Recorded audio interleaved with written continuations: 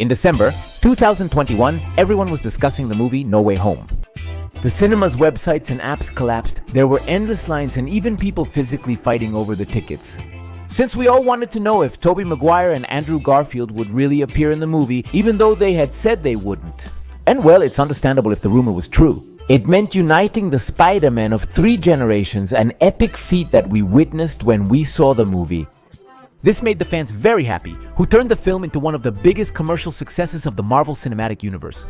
And even, many went so far as to say that it was one of the best superhero movies in history.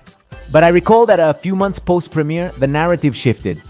People started saying the movie wasn't actually good, that it was more fan service than anything else. An argument that I recently saw again in this video from Elvin Menezes' channel, which suggests that No Way Home could have a problem. The more you watch it, the worse it gets. Could it be true? In this video, we'll discuss some points that Elvin mentioned in his video. And I'll give you my personal opinion on the subject, so together we can discover if this is true.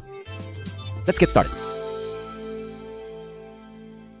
There are some movies that work much better when you watch them in the cinema. Not only because you're watching the movie for the first time, but because going to the cinema is a whole experience where emotions are shared. Going to the cinema is expensive. Remember seeing No Way Home in theaters? Marvel officially claimed there would be no cameos from previous Spider-Man. Andrew Garfield, who was promoting Tick Tick Boom at the time, repeatedly denied his involvement in the film. Meanwhile, content creators meticulously analyzed the trailers to uncover inconsistencies. In the end, we all went to the cinema without any certainty, hoping the rumors were true. And when the surprises started to come out, the cinemas went crazy. My theater made a big when Matt Murdock appeared.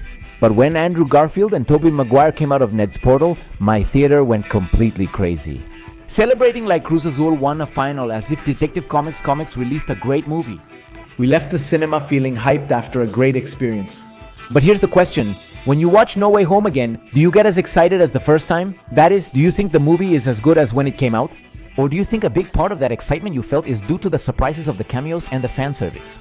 Something that works very well the first time you see the film, but not the subsequent times. Leave your answer in the comments. In his video, Elvin theorizes that the movie's success largely relies on the novelty of seeing all the cameos for the first time. No Way Home was like a grand cinematic Christmas gift wrapped in fan service. Of course, it's thrilling to unwrap your present for the first time. I mean, unless you're a kid and they're socks, don't give socks to kids, an adult already appreciates them. When the novelty fades, it's the content inside that determines the quality of a gift, or in this case, a movie. This has a scientific explanation. Surprises like this activate areas of our brain linked to pleasure. Studies show that surprise is associated with dopamine release. That means that we not only feel emotion, but our brains literally reward us for having witnessed something unexpected. In addition to these experiences being more strongly encoded in memory, which makes us remember these moments with greater affection. Unfortunately, this dopamine is related to novelty, so when we repeat the experience, the amount of dopamine is significantly reduced. Which could explain why. Several people claim that No Way Home has aged poorly, as they feel it is a film that particularly relies on novelty and not on having a solid plot. Let's analyze the film in detail. In his video, Elvin says he feels the entire first half is very weak, because the motivations are hardly believable and several of the characters make decisions that do not seem to correspond with their personality. I agree with some points, but not others. For example, don't you think that the whole first part of No Way Home feels like a pastiche of 2 plots that shouldn't be together? I mean, the movie starts where Far From Home ends, where Mysterio reveals to the world that Peter Parker is Spider-Man, which causes him social and even legal problems. This has the potential to be interesting because we could have seen the real consequences of what it means to be Spider-Man and how Peter deals with this responsibility. But soon after, Peter abandons this plot and asks Doctor Strange for help, which leads to a multiversal plot of spells, poorly done, and villains from other franchises. I find it interesting too, but I believe the initial plan was different.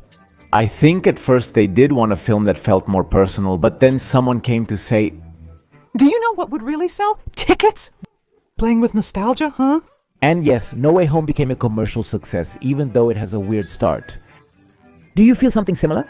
Not only that, but I also feel that both Peter and Doctor Strange act out of character, making extremely foolish decisions conveniently for the plot to advance.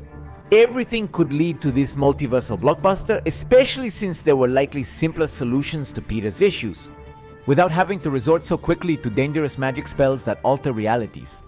Personally, the entire first part of the movie up until Doctor Strange's spell frustrates me greatly. At the movies, I was thrilled by Matt Murdock's transformation. I love the joke where he says he's a very good lawyer.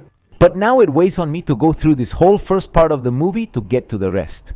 But I also don't share this more cynical view of the film, to believe that it's pure fan service. Honestly, I also find very good things in it. One moment I enjoy a lot is when Peter, Ned, and Mary Jane are in Doctor Strange's basement and discover that several of these villains were pulled from their dimension just before they died. Here, both Peter and Doctor Strange have different moral stances on the matter. Strange prioritizes the greater good and the universe's order, while Peter feels that he can't let these people die, at least not without trying to help them. Which does seem to me a very Spider-Man plot on his part. Because within this multiversal spectacle of cameos, there is a moral anchor that has to do with Peter's character development. Something that is not sustained by novelty or nostalgia, but in the plot itself. The problem is that to get to this part, you have to go through the entire first hour, and that's what I don't like. Something similar happens to me with this scene, where Peter takes all the villains to Happy's house. It's a very foolish decision to take everyone there knowing with absolute certainty that they are Spider-Man villains from other dimensions.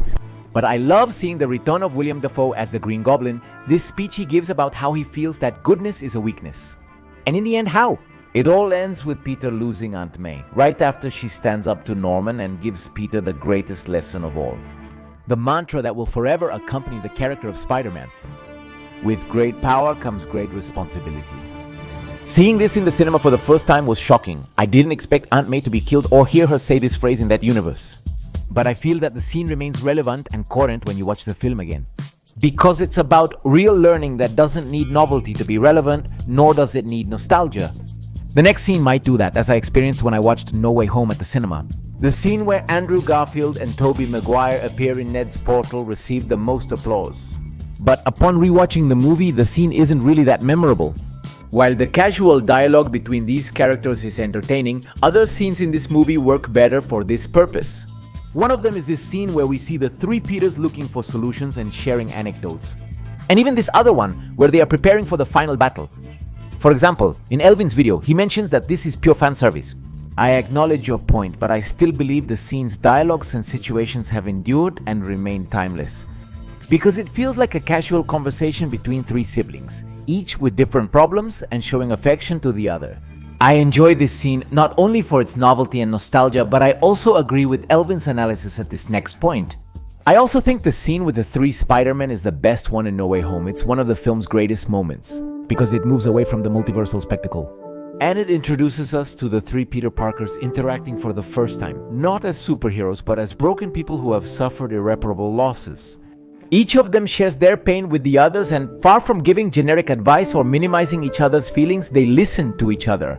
One of them talks about how he couldn't save Gwen Stacy, another remembers Uncle Ben, and both share with Peter, who has just lost his aunt. How was it that they also had to learn to live beyond the pain, each one acknowledging that these losses are part of their story?